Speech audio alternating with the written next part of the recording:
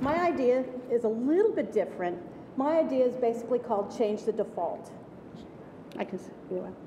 And what I mean by change the default is everything we're talking about is really taking new ideas about entrepreneurship education and tacking them onto existing structures, existing ways schools operate, existing ways business operate, and existing ways government operate, and expecting it to all click and work. And there may be a bit of a disconnect in there. But what if we change the default and think about entrepreneurship first and large businesses second, and see how each of these things kind of play out? So when you think that we've got about 28 million businesses in the United States, only 6 million of them have any employees whatsoever, and there's only about 18,000 and a handful big businesses, if we just flip it and think about it. So I was playing with this from the idea of when you teach entrepreneurship, you really have to teach about it from the perspective of the individual, the company, and if we're talking creating jobs, the ecosystem or the environment too. So if we play through this idea of changing the default down each of these three things, first of all, from the individual. Way too often, we forget that people's motivation for starting their business is rarely money first. It's usually about something else they want to be doing, but everything we're doing about motivation, all the conversation is about the finance first. The outcome, the desired input, is also always really different. People want to create different things at different times.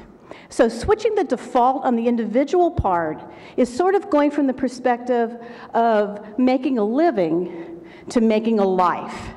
And that's, I think, a default that entrepreneurship education can really think about in a different way. One example, and this one is from one of the women in the 10,000 Small Businesses program, and she's at LaGuardia. Her name's Rosalie. She owns a business that creates those blankets that you use when you're moving. You wrap everything up in the big trucks. And when she came into our program, she said, I'd like to get back to having the 7 employees I used to, and she's a manufacturer. Halfway through the program, she's saying, you know what, we can do better. I think we can have 14 employees. By the end of the program, and a little while later, she's talking 28 employees. Now that's, 28 employees doesn't sound big, but it puts her certainly in the top 10% of the companies in the United States, and we don't think about that. We just go 28. But she's creating the life that she wants in a company that she loves, and she's happy doing it. So that's the idea of flipping the default a little bit on the individual side. So, flipping the default on the business side. If we look at that, we talk about innovation a lot. And from innovation, we're usually talking about innovation in products and services. We don't spend near as much time on innovation in business models. And if we look around the world at the businesses, seriously, is this the best we can do? This is the best way we can create to all work together. So whether it's your business or your economy or that kind of thing, how do we flip the default and really get creative about different ways of working together? My example for this one. Sitting around the table this weekend with 2 of my partners, and we were negotiating on a business we're buying, small business, teeny business.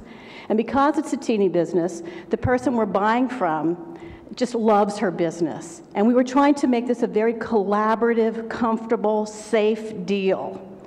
Well, circulating around the table for the weekend was an eavesdropper, AKA one of our husbands, who said, seriously, you're going to do that? I mean, after all, this is business.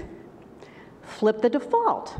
Think about more creative, innovative ways of finding ways that we all work together, creating different kinds of businesses.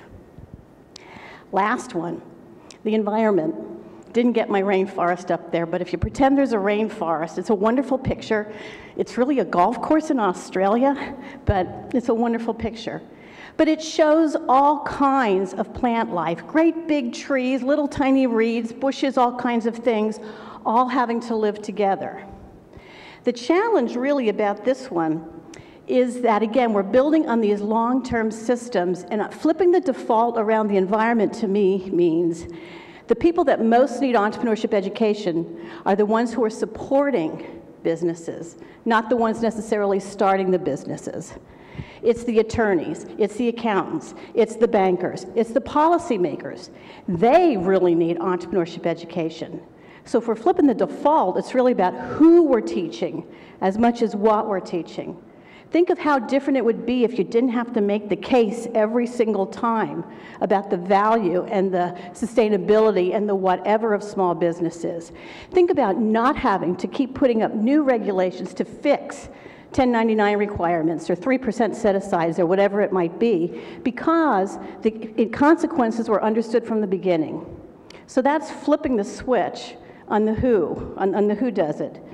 So overall, again, just to wrap up, the idea is flip it, change the default, think of small business and entrepreneurship first, and it means very practically that you're teaching to options. People want options in what they create.